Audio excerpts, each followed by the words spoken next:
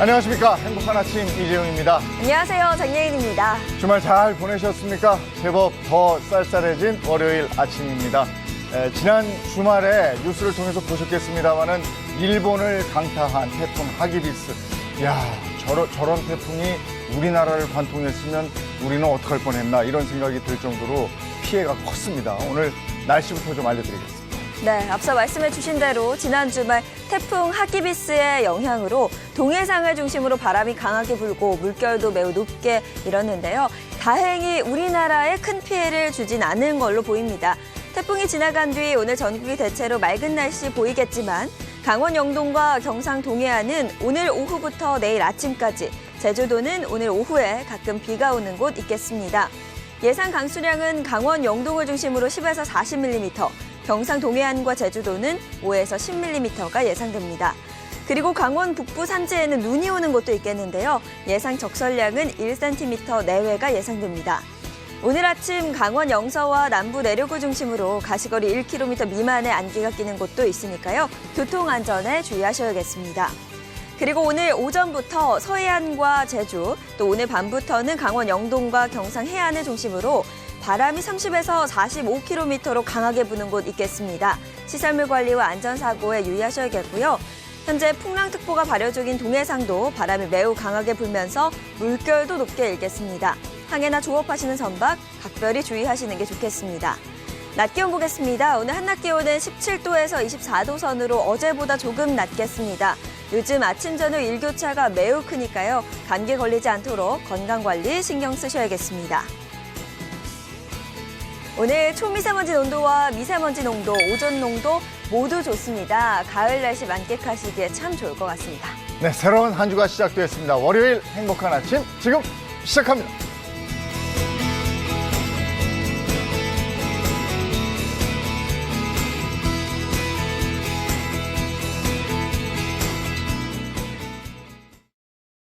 너 병원으로 좀 와. 우리 엄마가 죽는다고요? 어떻게 아버지 뜻을 알겠어?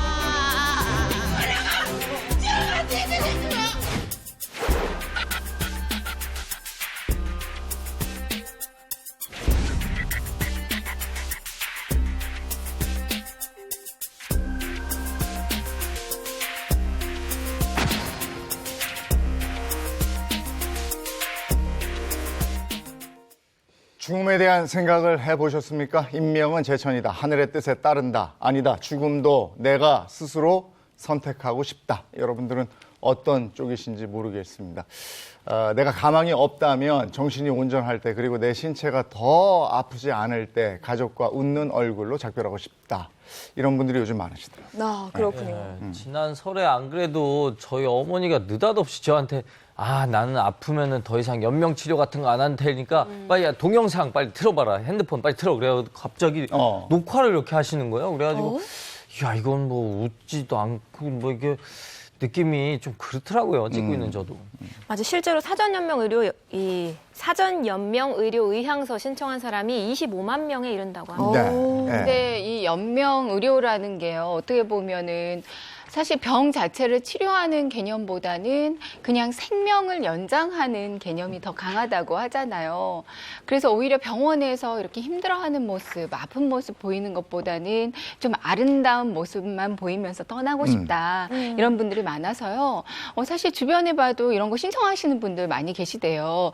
사전 연명 의료 거부를 신청하고 싶은데, 네. 근데 또 따져보면은 이 신청하는 것도 굉장히 일이라고 하더라고요. 이거 뭐 병원에서 하면 되는 거 아닌가? 이게 뭐 어디서 해야 돼? 절차가 복잡해요. 어렵나요? 절차가 있어요? 네, 일단 신청하는 곳 자체가 많지도 않고요. 그러니까 거기를 찾는 것부터가 좀 어려운 일이라고 그래요? 하더라고요. 맞습니다. 이거 사전 연명 의료 거부하고 싶어도 장소를 잘 모르겠다. 이 어디서 할지를 모르겠다 싶어서 좀 헤매는 분들 많으신데요. 그 전국에 370곳이 있습니다. 그러니까 지자체별로 따지면 지자체 한 곳에 한 곳 혹은 두 곳이 채 안 되는 건데요. 예. 그러니까 시골 어르신들 중에는 이 제도를 좀 알고 가고 싶어도 뭐 1시간을 뭐 시내버스 타고 시외버스 타고 좀 멀리 가야 하는 경우가 많다 보니까 좀 어려움이 많았는데 이 제도가 개선될 수가 있다고 합니다. 권익위에서 이 앞으로는 각 보건소에도 이 신청을 할 수 있도록 권고를 했다고 합니다. 네. 그래서 제도가 개선이 되면 이제 보건소에 가서 신청만 하면 되는 거예요? 어떻게 되는 거예요? 예, 신청 방법은 기존과 동일합니다. 우선 신분증을 지참하신 후에 등록기관을 방문하셔야 하고요. 상담원 설명을 청취한 후에 이 확인서에 서명을 합니다. 그리고 의향서를 작성한 후에 등록하면 되는데 이 의향서는 변경이나 철회도 가능합니다. 그러니까 쉽게 얘기해서 마음이 바뀐다면 없던 일로 할 수도 있는 겁니다. 또 상담원과 상담하는 게 기존에는 굉장히 어려워서 아주 오랜 시간 대기를 해야 하는 경우가 많았는데 이 앞으로는 사전 예약제를 시행하기 때문에 대기 시간도 많이 단축이 될 수 있다고 합니다. 반드시 본인이 가야 된다 이거군요. 그러니까. 예, 맞습니다. 저는 이 이야기를 쭉 들어봤을 때 자식 된 입장에서 부모님이 큰 병에 걸리셨는데 완치 가능성이 없다고 해서 치료를 거부한다. 그러면 사실 마음이 너무 아프고 기적이 일어날 가능성도 있잖아요. 우리 영화에서 그런 거 네. 보니까 그런 희망을 또 한번 걸어보는 거죠. 네, 저희 외할아버지가 병원에 좀 오래 계셨었는데 네. 이제 중환자실에 호흡기를 끼고 계신 적이 있으셨어요. 근데 이제 가족들은 어떻게든 이제 떠나보내지 않으려고 노력을 하는 상태였고, 근데 할아버지는 갑자기 호흡기를 이렇게 떼시더니 말씀하시기가 굉장히 어려운데 나 집에 가고 싶어. 그렇게 외치시더라고요. 그래서 어떻게 보면은 자식들 입장은 떠나보내기 싫지만 부모된 입장에서 생각해 보면 그때 마음이 어떠셨을까? 그러니까 힘들어하는 모습, 괴로워하는 모습 보이는 것보다는 그래도 좀 밝게 웃으면서 환하게 웃으면서 좀 편안해하는 모습을 보여주고 싶지 않을까 하는 생각도 들긴 하더라고요. 이게 정말 부모와 자식 간의 약간의 입장 차이는 있을 수 있을 것 같아요. 예. 네. 근데 내가 병원에 입원해서 꼼짝도 못하고 표현도 잘 못하는 거라면 내 의지대로 할 수 있는 것도 아니고 그렇다면 이게 법으로는 어떻게 돼 있나요? 사전 연명 의료 거부 본인이 원하면 다 되는 겁니까? 법적으로 어느 규제가 있습니까? 예, 법제화가 됐지만 어떤 규제가 있습니다. 불치병이 걸렸다고 해서 무조건 연명치료를 중단하겠다 이건 안 되고요. 일단은 전문의 그리고 주치의의 그 진단을 받아야 되는데 말기나 임종 단계에 있다는 그런 진단을 받아야만 합니다. 이때에도 사전 연명의료 의향서를 제출해서 예. 앞으로 나는 연명의료를 원치 않겠다라는 의사를 본인이 밝혀야 하는 그런 시스템입니다. 연명 의료를 거부했다. 그러면 어떤 치료를 받지 않게 되는 겁니까? 예, 초기에 이 법이 제정될 당시에는 심폐소생술, 혈액투석, 그리고 항암제 투여, 인공호흡기 착용 등 요 4가지의 연명의료를 중단을 했는데요. 네. 이제 지난 3월부터 이 연명의료에 속하는 의료 시술이 좀 늘어났습니다. 그래서 앞서 얘기한 4개 외에도 체외 생명유지술, 수혈, 혈압상승제 치료, 그리고 이 외에도 담당 의사가 중단 또는 유보할 것을 이제 조치할 수 있는 그런 진료까지도 포함되게 됩니다. 그런데 가장 중요한 것은 인도적인 차원에서 통증을 완화할 수 있는 진료는 계속돼야 하고요. 특히 물 공급, 그리고 단순한 산소의 공급, 영양분 공급 이런 것들은 계속 유지해야 합니다. 네. 아니 뭐 더 이상 회복이 불가능하다는 의료진의 판단이 있다고 해도 이게 아무리 자기가 이제 그만하고 싶다고 해도 죽음을 사람이 직접 선택한다는 게 그래도 되나 싶기도 해요, 저는. 그래서 우리나라에서도 그 죽음을 선택하는 일이 좀 법으로 금지됐었잖아요. 네. 그러니까 안락사가 허용된 지가 그렇게 오래되진 않았는데 그때 무슨 한번 큰 사건이 좀 있었죠. 그때 이후로 허용된 걸로 알고 있어요. 근데 이제 우리가 구분해야 될 것은 안락사와 존엄사를 구분을 해야 됩니다. 현행법상 지금 인정이 되고 있는 것은 존엄사예요. 네. 즉 임종 단계에 있어서 이분이 회생 불가능할 경우에는 이 사람의 그런 인공호흡기 같은 거를 이제 제거한다. 그런 게 이제 존엄사거든요. 존엄하게 죽음을 맞을 수 있는 권리고요. 안락사라는 것은 그건 뭐냐면 임종 단계는 아는데 무슨 말기암이라든지 이렇게 극심한 고통을 받는 사람에게 죽음을 좀 앞당기는 겁니다. 오직 우리나라에서는 그걸 불법인데 해외 일부 나라에서는 그걸 허용을 하고 있어요. 그래서 얼마 전에 우리나라 분 몇 분이 스위스로 가셔가지고 너무 고통스러우니까 내가 좀 조기에 사망하고 싶다 해서 네. 스위스 병원에서 사망한 경우가 있었거든요. 그걸 안락사라고 합니다. 그걸 구분하셔야 되고 아직까지 우리나라에서는 조기에 사망하게 하는 안락사는 불법이고 임종 말기에 이런 인공호흡기라든지 이런 걸 제거하는 거 이거는 이제 현행법상 이제 허용을 하고 있는 거죠. 네. 그러면 그때 논란이 됐던 사건은 어떤 사건이었죠? 두 가지 사건이 있었는데요. 1997년에 발생한 보라매 병원 사건이 굉장히 유명한 사건입니다. 어떤 남자분이 뇌를 크게 다치셔가지고 보라매 병원에 입원했는데 좀 수술이 잘못됐는지 이분이 이제 호흡이 어렵고 인공호흡기를 부착을 한 거예요. 굉장히 이제 생명이 위중한 상태입니다. 근데 이제 병원비는 계속해서 너무 많이 드니까 회생 불가능하고 그래서 이 가족 아내분이 이제 병원 측에 요청을 한 거예요. 퇴원을 좀 시켜달라. 병원이 고심하다가 보호자의 요청을 받아들였습니다. 네. 그래서 그분을 이제 집으로 모셔서 인공호흡기를 딱 제거했는데 5분 만에 사망을 하셨어요. 예. 그러니까 이제 경찰하고 검찰이 이 사람을 살인죄로 기소를 했습니다. 예. 그래서 이 부인이 부지하게 의한 살인죄가 됐고요. 그 병원 의사 같은 경우에는 부지하게 의한 살인죄 방조죄로 처벌을 받았어요. 예. 그 사건 이후에 병원에서 절대로 이제 부착을 이제 제거하지 않는 겁니다. 본인들이 살인죄로 처벌되니까. 예. 근데 이제 2008년에 무슨 사건이 있었냐면 김 할머니 사건이 있었는데 이 할머니 분이 역시 또 이제 검사를 받으러 가다가 건강하신 분인데 병원에 검사를 받으러 가다가 그 검사 과정이 잘못돼가지고 갑자기 이제 위급한 중환자가 되신 거예요. 그래서 과다출혈로 치료가 굉장히 어렵고 예. 식물인간 상태가 되셨습니다. 자, 이때 이제 가족들이 이제 회의를 했어요. 계속해서 이 무의미한 연명치료를 할 것이냐. 근데 가족들 전원이 무의미한 연명치료를 할 필요가 없다. 이렇게 결정을 내렸습니다. 왜냐하면 평상시에 이 할머니가 나는 저런 치료 안 받겠다. 그런 의사를 밝히셨거든요. 그런 거를 이제 병원 측에 밝혔어요. 근데 병원이 허용을 했겠습니까? 그 보라매 병원 사건 때문에 병원은 절대 안 된다고 했잖아요. 예. 그래서 이 가족들이 법원에 소송을 했습니다. 그 소송 결과 1심 판결에서 이 가족들의 손을 들어줬어요. 예. 부착기를 제거해라. 그 대법원까지 갔는데 역시 대법원에서도 이 개인의 행복 추구권, 자기 결정권을 우선해서 부착기를 제거하라는 판결을 내렸습니다. 근데 이 사건이 굉장히 큰 사회적인 반향을 일으켰었죠. 그때 무슨 토론 프로그램에서 찬반으로 나눠서 이게 옳으냐, 그게 아니다, 뭐 이런 토론을 했었던 건데, 왜냐하면 본인은 의식이 없는 상황이었고, 내가 연명치료를 거부한다, 존엄사를 인정해달라 한 게 아니고, 가족들이 판단한 거기 때문에, 그건 그 본인이 선택한 것이 아니다. 이런 게 있었단 말이죠. 그때 굉장히 비판적인 반응이 많았어요. 가족들이 불효자다. 어떻게 이럴 수가 있느냐. 할머니는 돌아가시게 하는 건 할머니 뜻이 아니다. 굉장히 반대 의사가 있었고요. 법원에서도 굉장히 고민을 많이 했다고 합니다. 네. 심지어는 1심 판사님이 병원에 직접 와서 할머니를 만나고 할머니 상태를 보기도 했어요. 굉장히 고심했는데 이때 결정적인 증거 하나가 나왔습니다. 뭐냐면 이 할머니 남편, 할아버지도 같은 병원에서 이제 치료받다가 돌아가셨는데 그때 이제 할아버지의 이제 아들들 중에 한 명이 오지 않으니까 할아버지가 연명을 하려고 한 3일 정도를 호흡기를 더 부착해야 되냐 말아야 되냐 논란이 있었는데 그때 할머니가 반대를 했어요. 그냥 편안하게 돌아가시게 하자. 그 기록이 딱 나왔던 겁니다. 예. 그래서 법원에서는 평상시에 할머니가 연명치료를 연장하는 걸 반대했구나. 그게 결정적인 증거가 돼서 연명치료를 이제 거부해도 된다. 이런 판결을 내린 것입니다. 네. 그렇군요. 그런데 사실 뭐 앞서도 이야기를 했다시피 이렇게 투병 기간이 길어지면 가족들의 입장에서도 상당히 힘들어지는 거거든요. 그래서 가족들은 말씀해 주신 것처럼 이제는 조금 편안하게 보내드려도 될 것 같다라는 이야기도 좀 하는 것 같고요. 그래서 참 안타까운 일들이 많이 좀 발생을 하는 것 같습니다.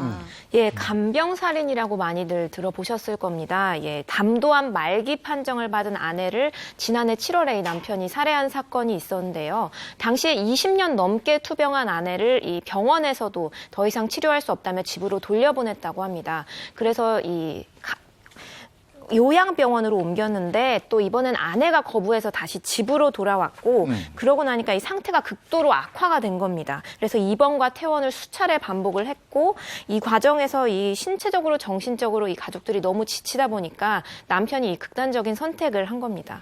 그리고 비슷한 시기에 이 치매에 걸린 80대 어머니와 그리고 이 어머니를 모시는 아들이 또 함께 동반 자살을 한 경우도 있었고요. 또 지난 2월에도 이 치매를 앓던 아버지를 10년간 돌봐왔던 아들이 아버지를 살해하고 본인도 스스로 생을 마감한 일이 있었습니다. 참 이런 경우 안타깝잖아요. 그렇죠. 근데 본인이 사전에 연명치료 거부 의사를 밝힌 그런 문서가 없고 근데 나중에 이제 가족들이 회의를 해서 이제 보내드리자 이렇게 했을 경우에 글쎄 이거는 어떻게 해야 되는지 그런 문제도 있을 것 같아요. 네. 연명치료 거부하고. 네.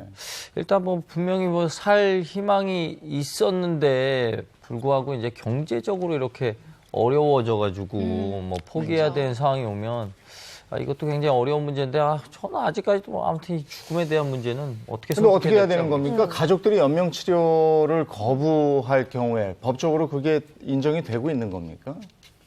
일단은 이 사전 연명 의료 이 서면을 작성하면 아무 문제가 없는 네. 거예요. 본인 의사가 확실하게 나타나기 때문에. 근데 아직까지 이제 홍보가 부족해서 그런 서면을 많이 작성 안 하시잖아요. 그럴 경우에는 이제 굉장히 판단이 어려운데 그래서 아예 법에 규정이 딱 돼 있습니다. 예. 자, 아까 그 김할머니 사건 같이 평상시에 이분의 의사를 확인할 수 있었다. 그럼 가족들이 진술을 하겠죠. 평상시에 우리 어머니는 우리 아버지는 이런 치료를 거부하기로 했습니다. 그럴 경우에는 이제 가족, 배우자, 직계비속, 직계 존속 중 2명 이상의 일치된 진술이 있으면 그거를 이제 간주를 하는 겁니다. 근데 평상시에도 그런 의사표시를 안 하시는 분이 있잖아요. 이럴 경우에는 조금 복잡한데 배우자, 일촌인의 직계 존비속, 가족 모두의 일치된 진술이 있어야지만 이 치료를 이제 중단할 수가 있습니다. 오늘 저희가 여기서 뭐 장시간 토론을 하자는 건 아니고 지금 법적으로는 이렇게 돼 있고 연명치료 거부에 대한 우리나라 안락사가 인정되어 있는 건 아니고 존엄사 부분만 법적으로 이렇게 정리가 돼 있어서 연명치료를 거부하겠다 하면 사전에 그 의사를 표명할 수가 있다는 것, 그리고 가족들이 논의해서 연명치료를 거부할 수 있다는 것, 이게 법으로 어느 정도 제도화돼 있다, 이런 말씀을 좀 드리겠습니다. 다음 얘기, 두 번째 얘기를 좀 만나볼게요. 예, VCR로 먼저 준비가 되어 있나요? 오늘까지 83만 원 입금시키세요. 안 그럼 진짜 경찰 부르는 수가 있어요. 그럼 돈을 입금시키라고. 그건 됐고 돈 갚아요 이제.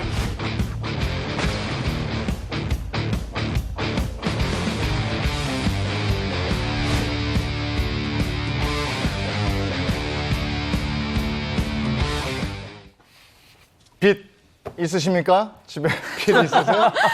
네, 은행 대출 있으십니까? 있으십니까? 저는 아직 없습니다. 네, 없습니까? 뭐 있습니까? 온통 빚이죠 뭐. 저희 집은 이제 현관까지는 네. 갚았고요.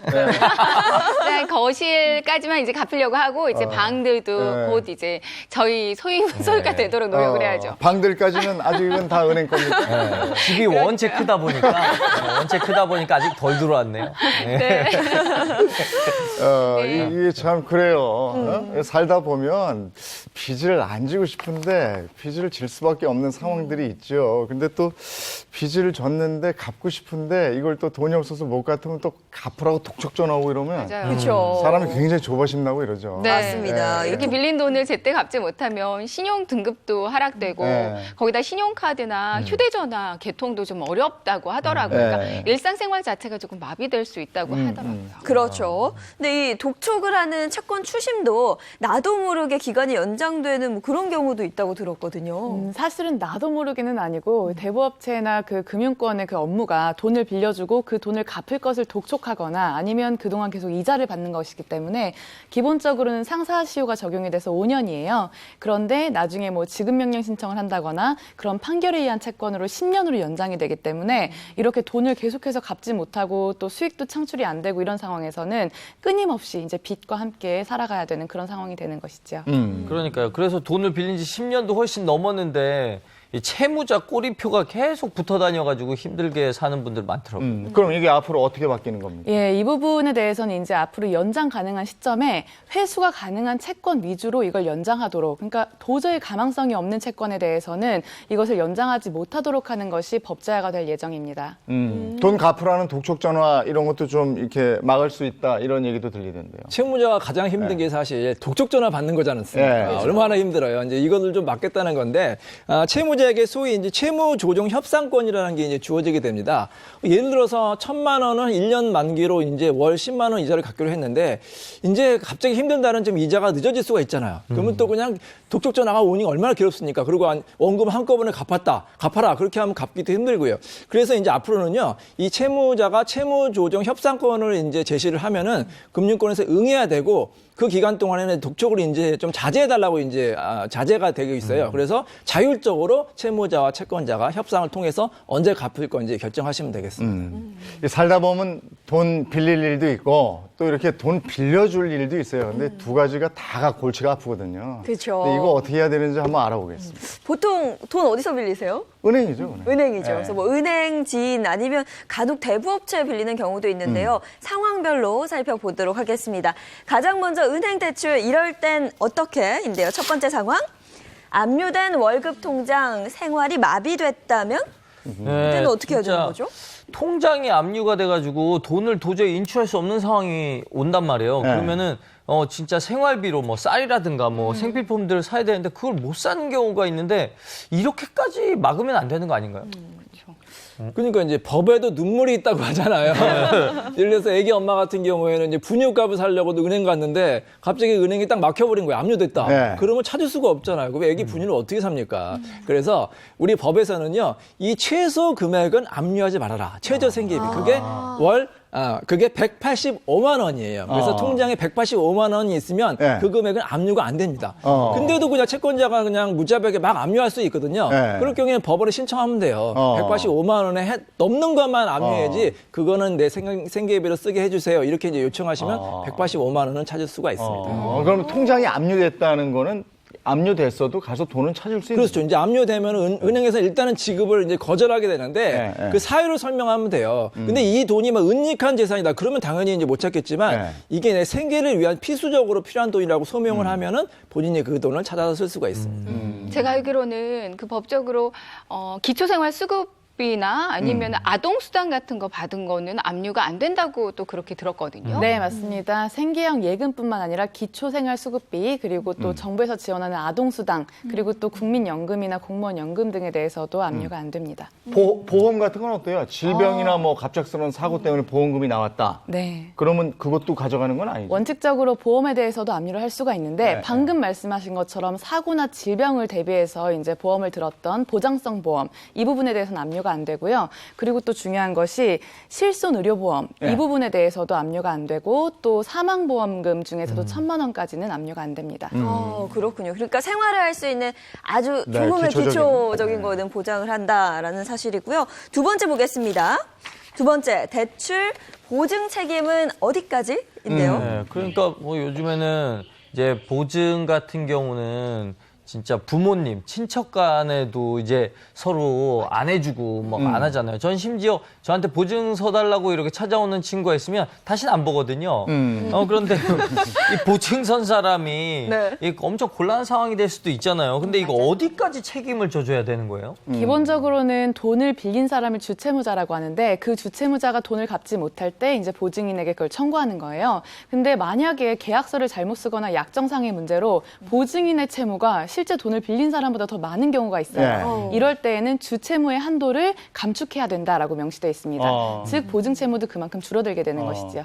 예전에 대출만 하려고 그러면 무슨 연대 보증인 세우고 막 이랬단 말이에요. 그래가지고 전에는 서로 보증인이야. 막 줄줄이. 줄줄이. 근데 서로에게. 이게 근데 무슨 단순 보증이 있고 뭐 연대 보증이 있고 이런 게 있어요. 네, 연대보증은 이번에 이제 금융기관이나 대부업 쪽에서 항상 연대보증인을 세우도록 했어요. 네. 그래야만 돈을 빌릴 수 있게. 네. 그런데 이게 폐지가 됐습니다. 그렇죠. 왜 폐지가 됐냐면 연대보증은 단순보증하고 굉장히 큰 차이점이 있는 게 단순보증 같은 경우에는 내가 보증은 섰지만 일단 채무자가 돈을 못 갚으면 먼저 그 채권자에게 채무자한테 찾아가세요. 그래서 돈을 갚아달라고 요청을 하시고 혹시 재산을 숨기고 있지 않은지 은닉 재산이 있는지를 검색해보라라고 항변을 할 수가 있어요. 네. 이걸 최고 검색 항변이라고 하는데요. 단순 보증의 경우에는 이렇게 요청을 해서 정말 채무자의 재산을 찾아봐도 돈이 없다. 이런 경우에는 내가 보증 책임을 져야 되는 것인데 연대 보증은 최고 검색 항변을 할 수가 없습니다. 즉 연대 보증 같은 경우에는 채권자가 바로 연대 보증인에 대해서 그러니까 채무자도 있는데 돈을 빌린 사람이 있는데 바로 연대 보증인에게도 청구를 할 수가 있습니다. 듣고 보니까 엄청 무섭네요. 이거 진짜 보증을 진짜 서달라고 하면 너희들 진짜 절교다. 예. 근데 또 보증이 어떻게 보면 내가 당장은 어떤 자금을 확보할 수가 없는 상황인데 나의 신용이라든지 이런 부분들을 이용을 해서 당장 필요한 자금을 마련하고 또 그걸로 이제 앞으로 생활을 유지해 나가면서 또 필요한 분들에게는 돈을 갚게 되고 이렇게 되는 그 순기능도 있어요. 네. 근데 보증이 정말 무섭다는 거는 연대 공동, 함께 갖겠다. 이런 문구가 이제 약정에 들어갈 경우엔 극도로 주의하셔가지고 특히 보증을 여러분들이 같이 쓰시는 경우가 있잖아요. 이럴 때는 각자가 얼마 정도까지를 부담할 것인지 네. 명시를 해야 됩니다. 예전엔 그 친인척간이나 진짜 친한 친구 와가지고 이거 보증 서야 나 살아 지금 막 큰일 났어 이거 이러면 또 거기서 냉정하게 애매했었단 말이에요. 그렇죠. 네. 그래서 방금 정수 씨가 한 말 있잖아요. 보증 서달라고 하면 절교다. 이것만 기억하면 될 것 같은데요. 세 번째 경우 보겠습니다. 이혼 시 남은 대출금은 어떻게? 이건 어떻게 해야 되는 거예요? 정말 부부가 같이 이제 대출을 받아서 집을 사는 경우도 있고 아니면 이제 사업할 때 대출을 받는 경우도 있잖아요. 근데 대출금을 다 갚지 못했는데 갈라진다. 네.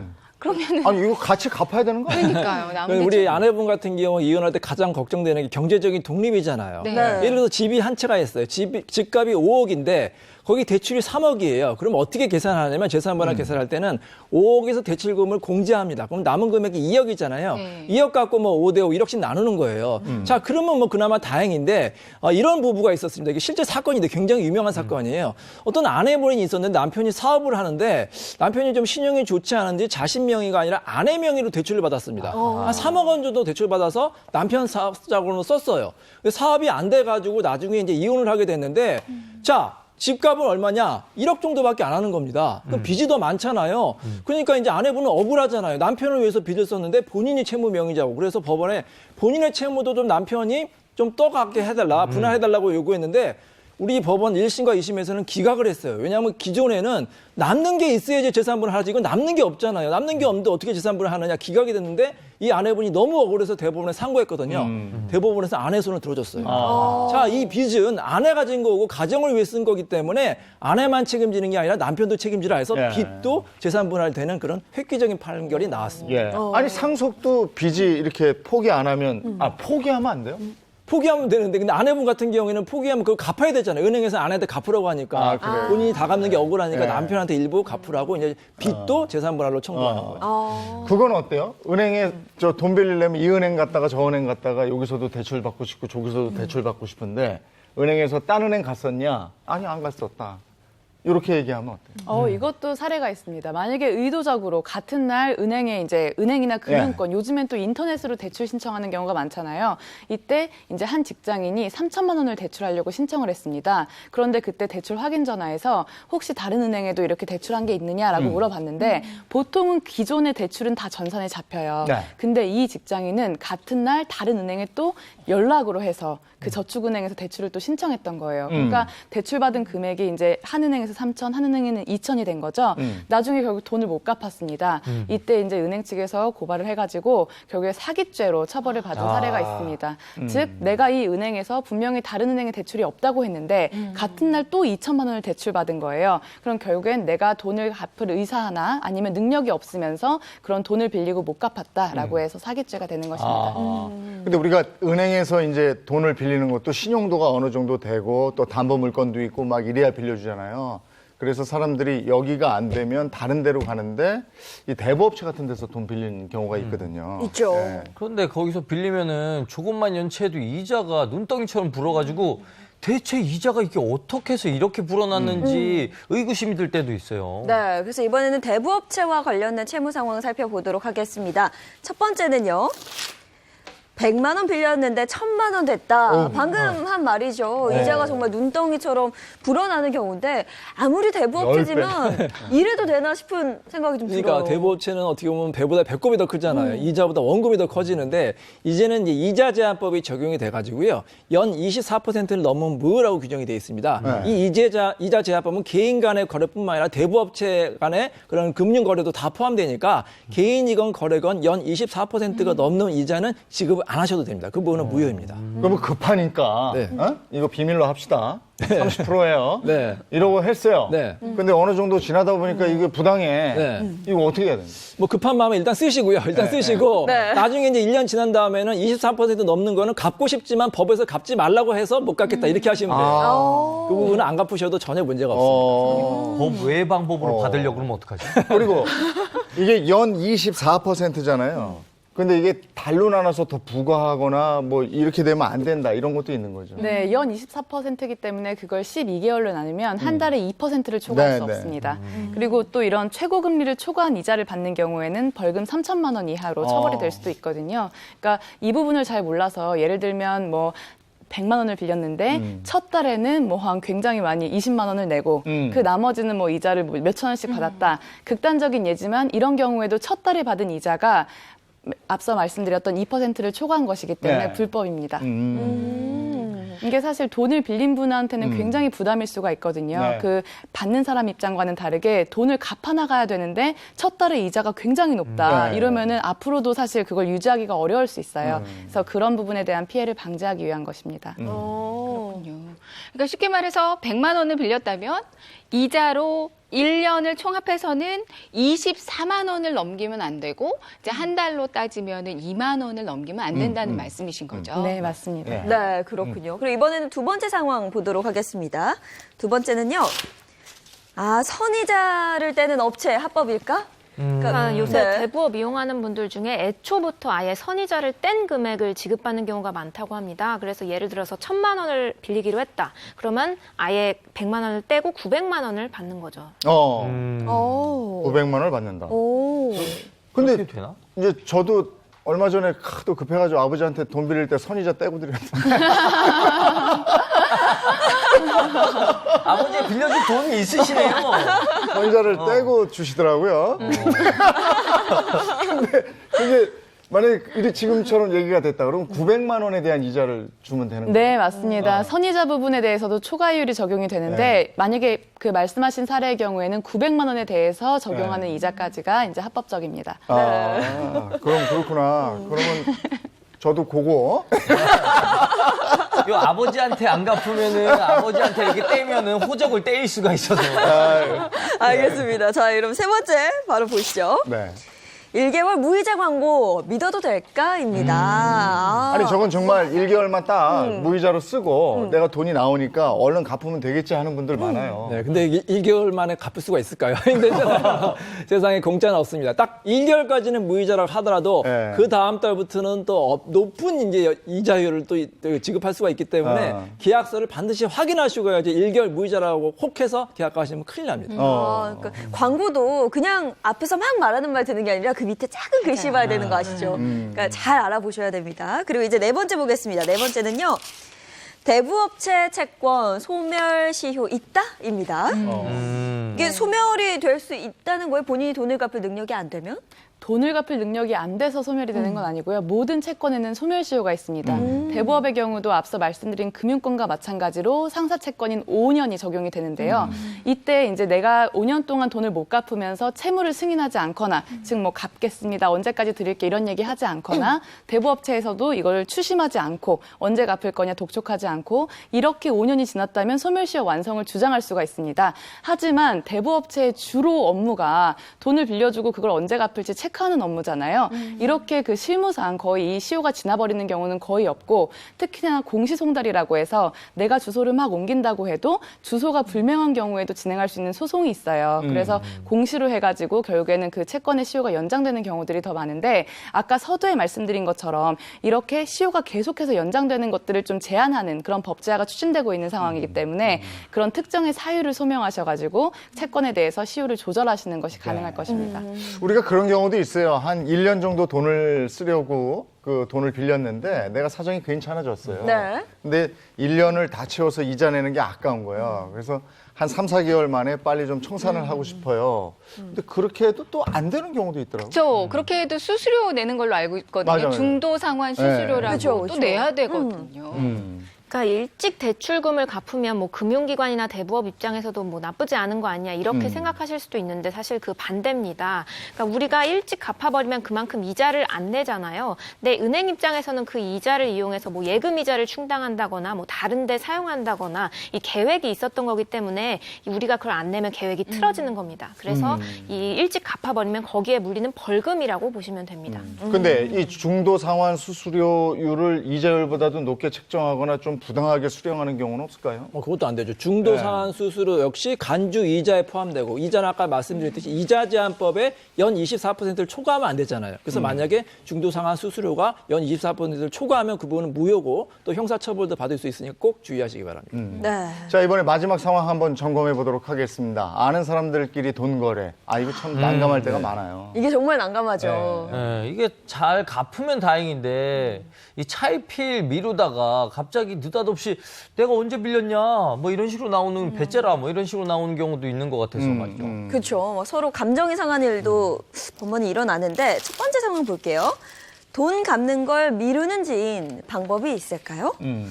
아, 이게 뭐 이렇게 사실 돈을 지인끼리 빌려주고 나면 좀 애매한 게 내가 빌려줬는데 받을 때 되면 내가 죄인인 것 같은 맞아요. 느낌이 그러니까요. 들어가지고 네. 이게 막 그쪽은 차일피일 미루는데 나는 자꾸 독촉을 하는 게 내가 나쁜 사람 같아서 관계 서먹해져. 예, 돈 서먹해진단 말이에요. 빌려주고도 괜히 눈치 보죠. 그러니까 네.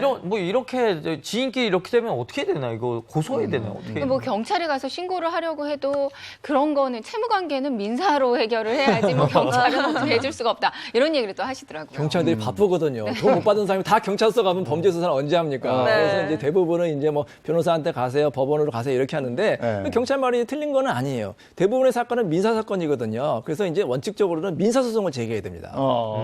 근데 경찰에 신고하는 분들은 뭐예요? 그거 왜냐하면 너무나 화가 나기 때문에 그런 거예요. 민사소송을 해도 받을 수가 없고 이 사람이 행방불명되거나 아니면 네. 악의적으로 이제 내 돈을 좀 가져간 것 같다. 그럴 경우에는 법적으로 사기죄가 될 수가 있거든요.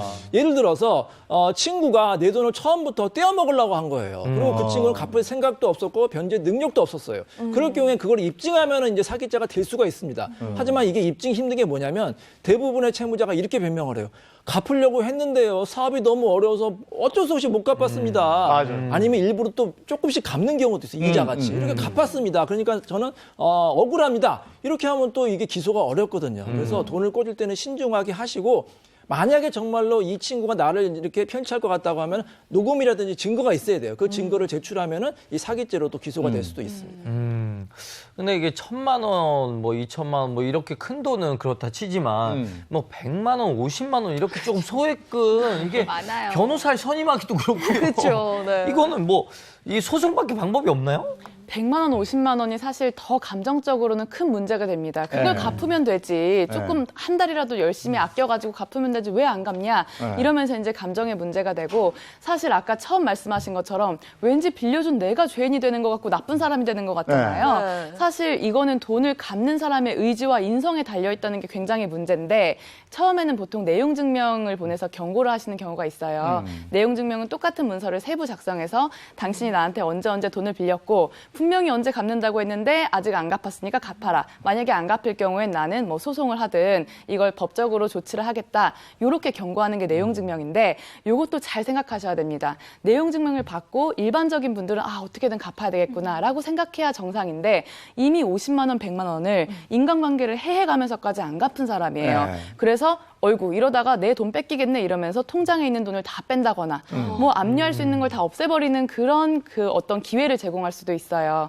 그래서 만약에 이 돈을 내가 반드시 갚아야 되겠다라고 하면 소액이지만 그래도 그걸 가압류를 하시던지 아니면 뭐 급여 채권 아니면 사업하시는 분이면 매출 채권 이렇게 해서 가압류를 해놓고 그 다음에 내가 이 돈을 받으면 가압류를 풀어주겠다라는 식의 내용 증명을 보내시는 것이 오히려 변제받기엔 좋고요. 네. 두 번째로는 변호사 선임하기가 좀 애매하잖아요. 이럴 때는 지급명령 신청을 하실 수가 있는데요. 전자소송 사이트에 들어가면 굉장히 간이한 양식으로 우리가 몇 가지만 입력을 하면은 그 상대방의 주소로 보내서 그게 이제 2주 이내에 상대방이 받고 이의를 하지 않으면 판결문하고 똑같아요. 그래서 이제 시효도 10년이 되고 또 그 지급명령을 가지고 압류를 하거나 아니면 이제 뭐 경매까지도 유체동산 압류까지도 할 수가 있어요. 그래서 이런 절차를 알려드리는 것도 참 뭐하지만 이미 50만 원, 100만 원을 가지고 안 갚아서 내가 법적인 강구를 하게 만드는 것은 정상적인 상황이 아니기 때문에 받으실 거면 확실하게 받으셔야지 그게 안 되면 오히려 나도 이상해집니다. 네. 50만 원, 100만 원 안 갚았는데 이 친구가 그거 받았다고 그러겠어요? 나 우편 받은 게 없다. 왜 무슨 소리냐? 이러고 2주 웃기지 마라.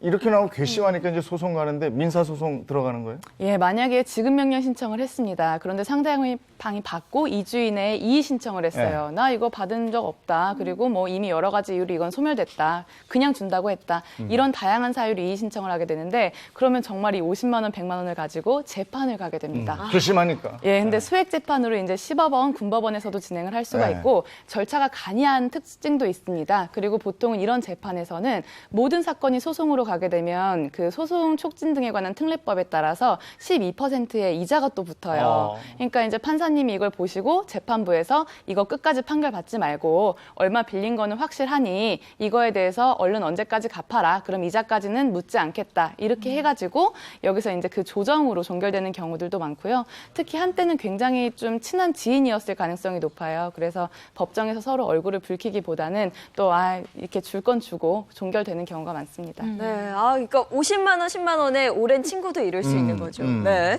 그럼 이제 두 번째 상황 보도록 하겠습니다. 두 번째 상황은요. 떼인 돈 받아준다는 업체 이용해도 될까?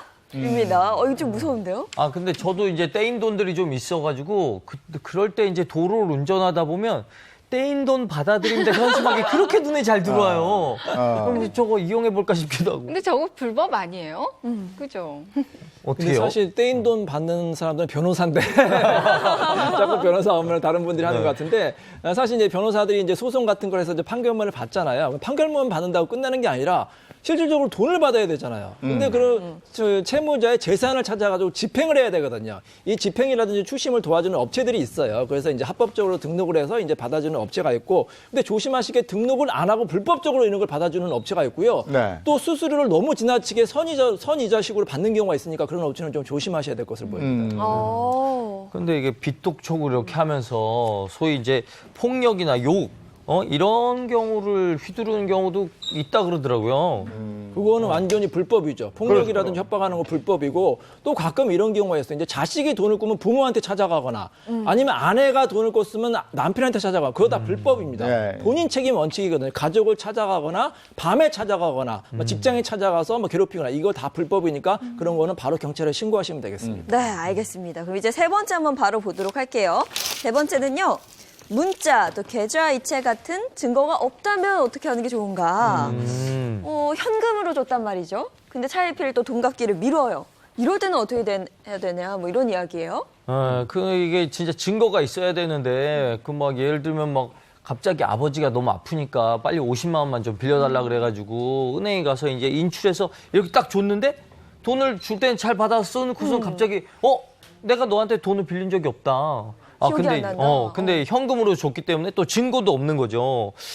이런 경우라면 받으려면 어떻게 해야 됩니까? 제일 중요한 게 일단 돈을 빌려줬다는 그 증거, 이체 내역이 있으면 좋은데 현금으로 또 주셨고 또 급하다 보니까 내가 얼마 보냈다, 잘 받았다, 언제까지 갚으면 좋겠다, 조금 어려울 경우엔 다시 얘기해라. 이런 식으로 문자 메시지라도 오갔으면은 증명해가 좋은데 지금 이게 없다는 말씀이신 거죠? 네. 지금 여기서 10년의 소멸시효까지 지나버렸다면 정말 문제인데 만약에 이제 아직은 친구랑 얘기를 할 수 있는 여력이 된다면 예전에 이런 질문 받아본 적 있어요. 내가 100만 원을 빌려줬는데 친구가 벌써 몇 년이 지나도록 안 갚는다. 원금도 안 갚는다. 이자까지 준다고 해서 빌렸는데 그럴 때 이제 나름의 꿀팁으로 내가 200만 원 빌려줬는데 왜 안 갚아? 이런 식의 문자를 보내면 그 친구 입장에서는 무슨 소리야? 내가 100만 원 빌렸잖아. 이렇게 하면서 자기가 돈을 빌린 거를 이제 유도 신문을 해가지고 승인을 하게 된다는 거죠. 그런데 이 소멸시효의 중단 사유가 본인이 채무를 승인하게 될 경우에는 또 그 중단이 되거든요. 그렇다 보니까 중단도 되지만 또 추가적으로 이게 증거가 돼가지고 소송에서 이렇게 채무를 인정한 사실이 있습니다. 그런데 안 받고 있습니다. 이렇게 얘기를 하는 게 어떻겠냐라는 얘기도 있습니다. 큰일 났다. 이거 다 알려주셔가지고. 그런 문자 가면 여기다 하하하 메롱 이러고. 그러니까 정말 중요한 건 지인 간의 돈거래라도 녹음이라도 꼭 해두시고 이게 오히려 관계를 해치지 않는 방법이 될 수도 있습니다. 차용증 같은 거. 사용증이 있으면 가장 그죠? 좋죠. 네. 그렇죠. 야, 너와 나의 관계를 위해서 하나 쓰자. 네? 이게 어떨까 싶어요. 근데 듣기로는 차용증도 그냥 쓰면 안 되고 잘 써야 된다고 들었거든요. 잘 써야죠. 그리고 차용증은 누가 써야 되냐면 채권자, 돈을 빌려주는 사람이 있으면 돈을 빌리는 그 친구가 써야 됩니다. 그리고 그 친구의 인적 사항을 자세히 적고요. 네. 주소가 특히 들어가야지만 나중에 소송을 할 수 있고 원금과 이자, 변제기 그리고 중요한 게 나중에 서명이나 날인 도장을 찍어야 돼요. 도장이 안 찍으면 혹시 문제가 될 수 있으니까 꼭 도장도 인감 도장이 좋고요. 무인도 가능하니까 꼭 도장을 받으시기 바랍니다. 저 공증도 받아야 됩니까? 공증을 받으면 이제 나중에 법적 분쟁을 미리 예방할 수도 있지만 공증 사무실 가는 게 번거롭고 비용이 들기 때문에 자필로 차용증만 잘 써도 효력은 있습니다. 이게 돈이 말이에요. 돈이 돌아야 돈이라고 그러지만 이게 가다가 돈이 딱 막혀버리면 인간관계까지 막혀버리니까 정말 지인한테 돈 빌리고 이럴 때는 신중에 신중을 좀 기해하셔야 되겠어요. 네. 자, 다음 얘기 좀 해볼까요? 근데 정수 씨는 어디 갔어요? 얘기 계속 해야 되나? 네? 어디 간 거야? 어디 간 거죠? 다음 얘기를 좀 해볼까 하는데요. 뭐 자전거 타고. 잘 타시는데요. 네. 이거 그 따릉이 아니에요? 이거 주제 이렇게 막 가지고 오고 그래도 돼요? 아, 이거 서울시에 얘기하고 가져왔는데요. 예. 아, 그래요? 네. 아, 요즘에 이 따릉이 이게 도난이 많이 된다 그래가지고 아, 제가 이 얘기 한번 꺼내려고 한번 가져와 봤습니다. 진짜 그래요? 그런 얘기 있어요. 여기 단말기 있거든요. 네. 그 단말기를 고장내 때리는 거예요, 일부러. 그런 다음에 집 앞에다가 세워놓고 개인 자전거처럼 쓰는 사람들이 있다고 그런 얘기가 있더라고요. 네, 지금 기사로도 많이 보도가 되고 있는데요. 이게 누구나 쉽고 편리하게 쓰자는 취지로 이게 마련이 된 건데 이게 오히려 좀 훔쳐가거나 아무데나 버려두는 일들이 요새 꽤 많다고 합니다. 그래서 지금 인터넷상에 따릉이 도난 이렇게 쳐보시면 전국 각지에 뭐 이거 고장난 채로 내버려져 있다 뭐 이런 제보들이 굉장히 많이 올라와 있는 상황입니다. 개인적으로 사용하는 거 이거 문제는 문제네요. 아유, 그럼요. 네. 아주 이거는 사실 형법적으로도 문제가 될 수 있는 행위인데 네. 일단 서울시의 규정에 따르면 부정 반납을 하거나 아니면 방치했을 때 이게 적발이 되면은 1회는 경고예요. 근데 2회부터는 2개월 정지, 3회 때는 3개월 정지. 이제 4회째에 이르면 앞으로 회원 탈퇴가 되고 아예 무기한 이용을 할 수가 없게 됩니다. 그리고 또 만약에 뭔가 이제 그 자전거를 이용했는데 문제가 생겼거나 파손이 됐거나 이랬을 경우에 본인한테 고의 과실이 없다는 거를 입증하지 못하면 그 수리비에 대해서도 전부 다 부담을 해야 됩니다. 네. 자, 공유 시설물 어떻게 사용해야 되는지 거기에 대해서 좀 알아보도록 하겠습니다. 공유 재산 장소 이러면 처벌 대상입니다. 국립공원 밤 벗어 따도 될까요? 안 그래도 요즘에 가을 산행 많이 가실 텐데 뭐 심심찮게 주워왔다라고 하시는 분들도 계시거든요. 국립공원이니까 이거 나라 건 거 아니에요? 사실 이제 뭐 국립공원 같은 데 가면 밤 도토리 있으니까 그냥 주워 와가지고 네. 집에서 드시는데 큰일 납니다. 그러면 처벌받고요. 자연공원법에 따라서 3년 이하의 징역이나 3천만 원 이하의 벌금형에 처해질 수 있어요. 그러니까 도토리는 사람이 아니라 다람쥐한테 양보하셔야 되고요. 그리고 요즘에 무슨 자연인 프로그램만 보시면 뭐 산삼 같은 거 막 채취하잖아요. 그쵸? 큰일 납니다. 개인 사유지 같은 경우에도 그 소유자의 허락 없이 네. 채취할 경우에는 절도죄로 처벌될 수 있으니까 반드시 허락을 받은 다음에 채취하시기 바랍니다. 또 이런 경우 있잖아요. 요즘에 감나무들 많이 보이는데 감나무에서 떨어진 거 좀 주워 오시는 분들도 당연히 또 떨어진 이것도 건데. 안 되겠죠. 은행도 떨어진 거 있고. 떨어졌어도 그 일단 감나무 유실수는 지자체의 관리 소유입니다. 그렇기 네. 때문에 떨어진 걸 줍더라도 법적으로는 점유 이탈물 횡령죄가 될 수가 있고 네. 그걸 따시겠다고 또 막 나무를 흔들어가지고 훼손하고 이럴 경우에는 또 이제 추가적인 그런 형사적 책임을 물을 수가 있는데 지자체에서 일단은 이런 경우가 일부러 따려고 하고 대량으로 가져가지 않으면 어느 정도 관행적으로 이걸 처벌 조치까지는 하지 않는다라고는 얘기를 하고 있습니다. 예. 아니 어제 북촌을 가는데 네네. 예? 그 옛날 집들이니까 감나무가 주렁주렁해요. 그렇죠. 이렇게 하면 다 아우 이걸 이런 생각이 들더라고요. 그래도 다들 따진 않으시더라고요. 네. 공식 입장은 절도죄가 될 수 있다는 것이니까 주의하셔야 됩니다. 네. 그 오성구 한음에 나오잖아요. 두 번째. 예. 두 번째는 몽돌 해변에 돌 주워가면 처벌 대상. 아 이거 무심히 주워오죠. 예쁘거든요. 예뻐서 몽돌 해변 가면 네. 이제 돌을 주워가는 분들이 정말 많은데 그래서 해변이 많이 훼손되기도 하고 그런데요. 네. 이것도 좀 차별 대상이 되지 않을까 하는 생각이 들거든요. 네, 제주도에서 그 산호 해변이 있는데 산호 주워 가시면 그건 또 처벌이 되고요. 그리고 현무암 들고 비행기 타셔도 이제 처벌이 된다 그러는데 그런 거 보면 이게 다 처벌이 되는 거죠? 그러니까 가져가면. 사람들이 나 하나쯤이야 뭐 한두 개쯤이야 괜찮겠지. 근데 모든 사람들이 그런 생각해서 다 가져가면 어떻게 되겠습니까? 네. 남은 게 없잖아요. 그래서 처벌돼서 벌금이나 과태료 처벌을 받을 수가 있고요. 이 추억은 집에 가져가시는 게 아니라 마음과 눈으로만 남기시기 바랍니다. 우리 저 멋진 말이에요. 왜 가다가 낙서하는 경우 있어요. 네. 어? 딴 데다가 뭐 산에다가도 하고. 네네. 그 외국에 가서 또 이렇게 한글로 적혀 있는 거 보면 그러니까요. 민망한데. 아, 무슨 국기선양이냐고요. 아니 외국에 그 처벌 심한 데 있잖아요. 예, 그 얼마 전에 이탈리아에서는 콜로세움에 이 낙서를 한 관광객한테 2,700만 원의 벌금을 물렸다고 합니다. 여기가 원래 2천만 원 넘는 벌금과 함께 이 집행유예 4년을 선고하는데요. 일본도 만만치 않습니다. 여기서도 문화재 낙서를 하면 400만 원이 넘는 벌금과 함께 5년 이하 징역을 선고합니다. 우리나라도 그렇죠? 예, 우리나라도 문화재 보호법에 따르면 3년 이상의 유기징역, 무려 3년 이상입니다. 처해질 수가 있고 경범죄 처벌법에 따르면 또 10만 원 이하의 벌금, 구류, 과태료가 이제 적용될 수가 있는데 과료가 적용될 수 있는데 사실 문화재를 손상한 것은 부정할 수 없는 사실이기 때문에 문화재 보호법을 적용하지 못할 이유도 없습니다. 그냥 보고 즐기고 오시는 걸로. 그러니까요. 마지막 공공 보겠습니다. 쓰레기통에 가정용 생활 쓰레기 투기.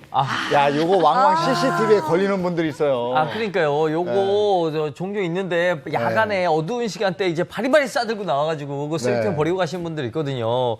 아, 요런 거 이거 어떻게 이제 처벌이 되는 건가요? 처벌되죠. 어떻게 되나요? 예, 처벌도 되고 과태료가 부과될 수도 있는데요. 처벌의 경우엔 경범죄 처벌법에 따라서 10만 원 이하의 벌금, 구류, 과료이고 또 폐기물 관리법이 적용될 수도 있는데 각 시의 조례에 따라서는 100만 원 이하를 즉시 조치하는 경우도 있고 포상금도 지급되는 경우가 많습니다.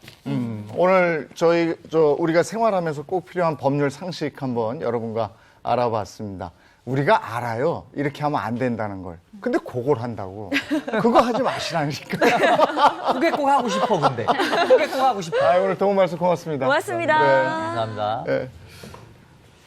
요즘에 1인 창업 꿈꾸는 분들 상당히 많으시거든요. 예, 네. 오늘 그런 얘기를 좀 저희가 준비해 놓은 게 있습니다. 네, 그래서 오늘은요, 사업 초기 비용에 대한 고민을 덜어줄 수 있는 방법 준비했습니다. 영상 보시죠. 평생 직장이라는 단어가 낯설지 않은 시대. 그래서 한 번쯤 생각해보는 그 단어, 사장님. 하지만 생각보다 만만치 않은 창업. 생활 속 아이디어만 잘 찾으면 나도 창업할 수 있다. 나도 내일의 사장님. 창업에 한 발짝 더 다가갈 수 있는 비장의 무기 공개합니다. 제일 먼저 찾아간 곳은 경기도 용인시. 안녕하세요. 안녕하세요. 혹시 톡톡 튀는 아이디어로 사업을 준비하시고 계신다는데 어떤 건지 저희에게 좀 알려줄 수 있나요? 한번 피디님께서 직접 찾아보시겠어요? 사업 아이템을 찾기 위해 온 집을 이잡듯이 뒤져보았지만 그냥 보통 집 같은데요. 정말 이곳에 사업 아이템이 있기는 한 거예요? 아까 피디님이 보셨거든요. 제가 봤다고요. 뭔지 잘 모르겠는데 혹시 알려주실 수 있어요? 네, 한번 저를 따라오시겠어요? 바로 이 셀프 조립 가벽입니다. 언뜻 보면 그냥 벽 같지만 이게 바로 시공 없이 스스로 조립할 수 있는 셀프 조립 가벽입니다. 원룸을 투룸같이 쓰고 싶으신 분들에게 추천드리고 싶어요. 방에 딱 들어오셨을 때 이렇게 옷가지들이나 소지품들이 좀 지저분해서 방을 깨끗하게 유지하기가 어렵잖아요. 지저분한 것들은 벽 뒤로 다 숨겨서 깔끔하게 방을 유지할 수 있게 도와주는 제품이에요. 방문을 딱 열고 들어설 때 눈에 짐이 거슬리면 괜스레 마음까지 어지러운 듯한 느낌 받으시죠? 가벽 하나만 놓았을 뿐인데 마음까지 산뜻. 가벽을 설치하려면은 전문가들께 의뢰해야 되잖아요. 가격이 비싸잖아요. 근데 제가 고안한 이 제품은 압축봉으로 손쉽게 벽 손상이 없어요. 그래서 세운 다음에 그냥 벽을 꽂아놓기만 하면은 이렇게 벽이 완성됩니다. 단 3가지만 있으면 셀프 가벽이 완성된다고 하는데요. 바로 가벽을 지지해줄 압축봉, 레일, 그리고 가벽입니다. 먼저 레일을 깔고 바닥과 천장을 잇는 압축봉을 설치합니다. 그 다음엔 레일과 압축봉에 맞춰 가벽을 끼워 넣으면 완성! 단 10분 만에 완성된다니 참 쉽죠? 제가 세입자였기 때문에 어떻게 하면 벽 손상 없이 가벽을 설치할 수 있을까 고민하다가 이 아이디어가 떠올라서 출원을 하였고 또 사업을 시작하게 되었어요. 생활 속에서 찾은 번뜩이는 아이디어를 2년 전 특허 출원. 다양한 시제품을 시도 중인 임수진 씨. 제품 출시 하나만을 위해 시제품을 만들고 있지만 차마 떨칠 수 없는 걱정이 있다고 하는데요. 아이디어만으로 바로 물건이 나오는 게 아니더라고요. 시제품을 만들어 봐야지 이게 정말 된다. 아니면 이게 부족하다. 그걸 알 수 있게 되는데 그거를 할 때마다 만들 때마다 자금이 드니까요. 9월 중순부터 체험 점포로 자수 공방을 운영 중인 김미숙 씨. 그녀의 공방 자수는 평범치 않다고 하는데요. 어떤 특별함을 갖고 있을까요? 액자며 옷에 놓인 자수가 우리가 흔히 알고 있는 자수랑은 조금 다른 디자인. 알고 보면 깊은 의미가 있는 자수 디자인이라고 합니다. 아이들이 장난처럼 그린 그림들을 보관만 하기에는 너무 아깝잖아요. 그런 그림들을 저한테 의뢰를 해주시게 되면 그림을 자수로 놓아서 작품을 만들어 드리는 거죠. 요거는 새싹이에요? 6살짜리 딸이 있는 그녀. 한창 그림 그리기를 좋아하는 딸에게 특별한 추억을 남겨주고 싶었습니다. 그래서 아이의 그림을 옷이나 소품 등에 자수로 새겨주었는데요. 이것이 사업 아이템이 된 것이죠. 아이랑 같이 함께 그걸 늘 지켜볼 수 있고 그 작품을 항상 볼 수 있는 방법이 없을까 고민을 하다가 자수로 그림을 놔주기 시작하면서부터는 자존감도 높아지고. 아이가 그린 그림이 자수 작품이 되는 과정 궁금하시죠? 일단은 그림을 스캐너로 스캔, 그 다음엔 컴퓨터 그래픽화 작업을 하여 도안 완성. 한 땀 한 땀 손으로 자수를 놓는다는 생각은 오산. 가정용 자수 기계가 컴퓨터 그래픽 작업을 통해 완성된 도안을 따라 자수를 놓는데요. 신통방통하네요. 완성되었습니다. 아, 완성된 거예요? 네. 하지만 작품을 만드는데 고충이 있다는데요. 아무래도 이게 가정용 기계다 보니까 실도 매번 갈아줘야 되고 속도도 많이 느리거든요. 그래서 공업용 기계로 실이 많이 걸리고 속도도 빠른 기계로 변경을 하기를 원하고 있습니다. 기계가 굉장히 비싸거든요. 작은 고민을 날려줄 수 있는 비법이 있다는데요. 혹시 들어는 보셨나요? 바로 생활혁신형 창업지원사업. 1차 서류 심사에 통과하면 2차 면접 심사. 뭔가 어떤 독창성이나 혁신성이 있는가 하고 여쭤보는 거예요. 본인만의 참신한 아이디어를 뽐내기 위해 노력하는 예비 사업자들. 그 까닭은 2.5% 저금리로 융자 지원하는 정부 사업이기 때문이죠. 창업 지원 사업인데요. 청년 창업자들이 혁신적이다라고 하는 그런 아이템을 가지고 있을 때 성공불 융자라고 하는 그런 개념이 포함이 되어 있는데요. 성실히 했는데도 실패할 경우에 상환을 면제해주는 그런 제도이고요. 정말 아이템이 괜찮다라고 할 때 과감하게 창업에 도전해 주시면 좋을 것 같습니다. 모든 심사에 통과한 한명희 씨. 현재 체험 점포에서 성장 앨범 셀프 스튜디오를 운영 중인데요. 셀프지만 돌을 맞은 아이를 위해 사진을 찍어주는 서비스. 첫째를 키우다 보니까 남는 거는 사진밖에 없더라고요. 그래서 집에서도 예쁘게 찍어주고 싶어서. 사업 준비를 하다 아이들 관련 성장 사진이 대세라는 확신을 갖게 됐고 사업으로 확장했습니다. 요즘 가정에서 아이들 30일, 100일, 200일 사진 같은 거 많이 찍어주시는데요. 이거를 좀 쉽게 가정에서 질 좋은 사진을 촬영하실 수 있도록 만드는 이제 셀프 스튜디오 사업을 준비 중입니다. 모든 심사를 통과했다고 안심은 금물. 선정일로부터 4개월 내에 성공불 융자 신청까지 끝내야 합니다. 생활혁신형 창업지원사업 성공불 융자만 지원하는 게 아닙니다. 다양한 사업 고민을 함께 해결할 수 있는 멘토링도 함께 진행. 멘토링을 받아서 제가 가장 어려움을 겪던 사무실 입지 부분에 대한 멘토링을 지원받을 수 있었습니다. 성공불 융자를 받아 개인 점포도 구하고 한 발짝 더 나아갈 준비를 하는 그녀. 키트를 판매를 시작으로 나중에는 앨범 제작을 해주는 어플까지 출시할 예정입니다. 생활혁신형 아이디어로 대박을 꿈꾸는 예비 사장님들. 해당 사업은 이번 달 말까지이니 아이디어가 있다고 생각하시는 분들 망설이지 말고 지원해주세요. 꼭이요.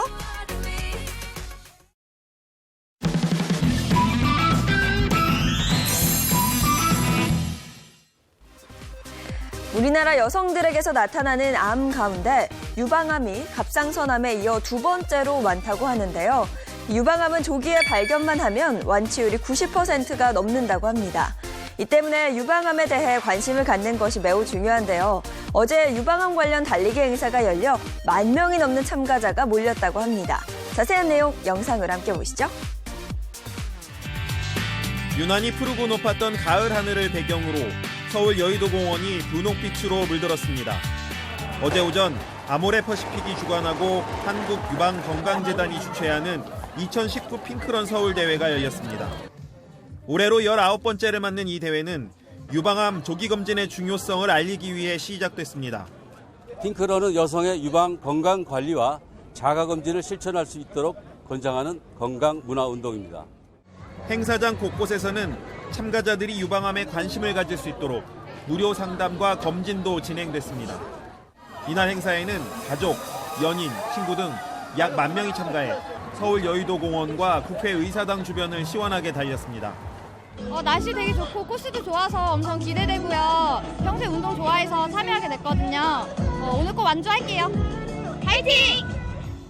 배우 김유정 씨도 특별 참가자로 나와 기부금을 전달하기도 했습니다. 참가자들의 기부금과 참가비 전액은 한국유방건강재단에 전달돼 유방암 환자의 수술비와 검진 지원에 사용됩니다.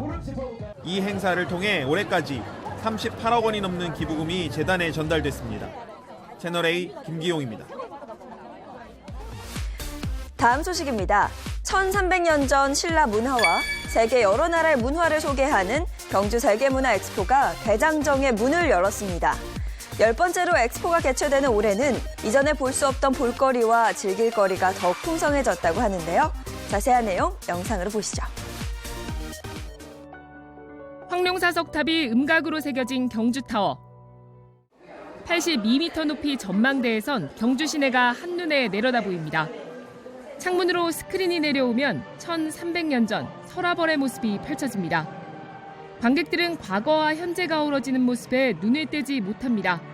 신라 시대의 사람들이랑 사람들 옷차림이랑 사람들이 사는 생활 방식 이런 걸 봤어요. 올해 경주세계문화엑스포는 과학기술을 접목한 체험형 프로그램이 특징입니다. 상호교감이 가능한 미디어 아트와 야간 숲속 어드벤처 프로그램 등 즐길거리가 풍성합니다. 환경도 좋고 풍경도 좋고 이래서 정말 좋더라고요.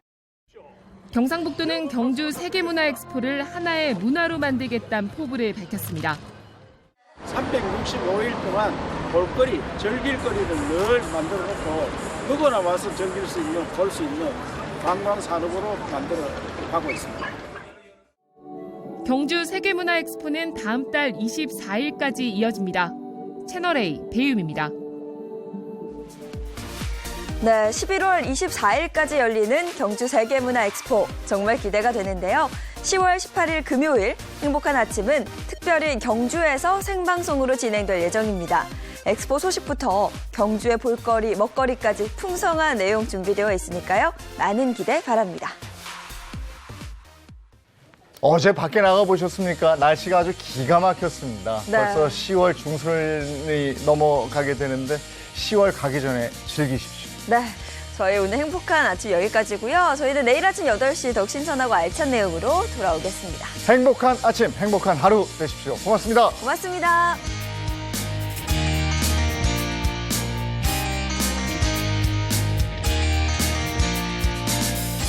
채널 A